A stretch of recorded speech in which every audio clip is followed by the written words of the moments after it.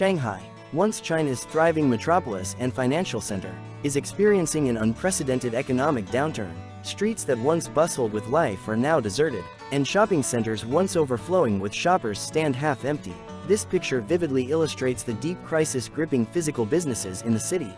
Take, for example, Shanghai's bustling business district. At 7:30 p.m., when after-work activity usually peaks, the huge shopping center above the Line 1 subway station is virtually empty. The second floor, where restaurants are located, is completely empty. The occupancy rate of the entire complex barely reaches 30%, with most of the visitors concentrated in the children's area on the third floor. The situation on the pedestrian streets is no better. At 1900, the streets that used to be filled with people now resemble a quiet countryside. Stores change owners frequently and some close down altogether. This clearly demonstrates how hard it is for physical businesses in today's environment.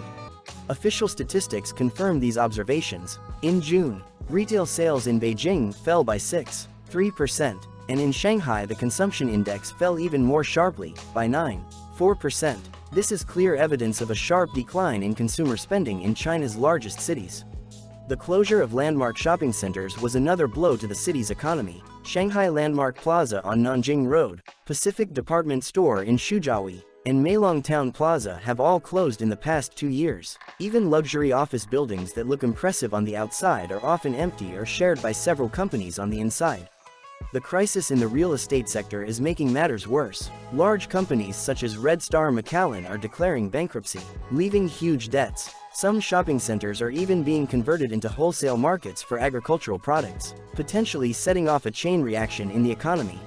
Amidst this economic downturn, there has been a mass emigration of Shanghai residents. People are lining up in long lines in front of the U.S. consulate to obtain visas. In 1 month alone at the beginning of the year, a record 308,000 people in Shanghai processed documents to leave the country.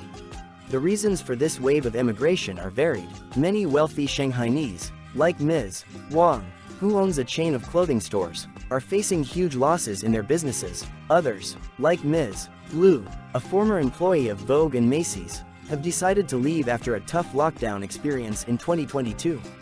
For the middle class, the decision to emigrate is particularly difficult. Mr. Exile, who works in software development, faced severe age discrimination at work and political pressure. This, along with limited opportunities for career advancement, prompted his decision to emigrate. Traditional destinations for immigration such as Canada, Australia and the US remain popular. However, many are also considering the Japan, Singapore and European countries with golden visa programs. Statistics show that more than 60% of wealthy Chinese plan to emigrate, and among those with assets exceeding 100 million yuan, the figure is as high as 73%. About 15,200 Chinese millionaires are expected to leave the country in 2024. The reasons for this mass exodus are varied, but are mainly related to economic uncertainty, political pressure and the lack of growth prospects in China. The shared prosperity policy, the collapse of the real estate market and a possible trade war with the US are also playing a role in the process.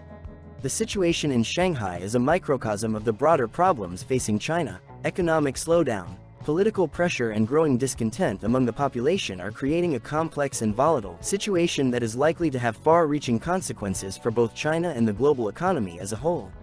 Thank you for watching this video to the end. If you enjoyed the content, please give us a like and subscribe to our channel for further updates on the situation in China and the global economy. We wish you prosperity and well-being wherever you are.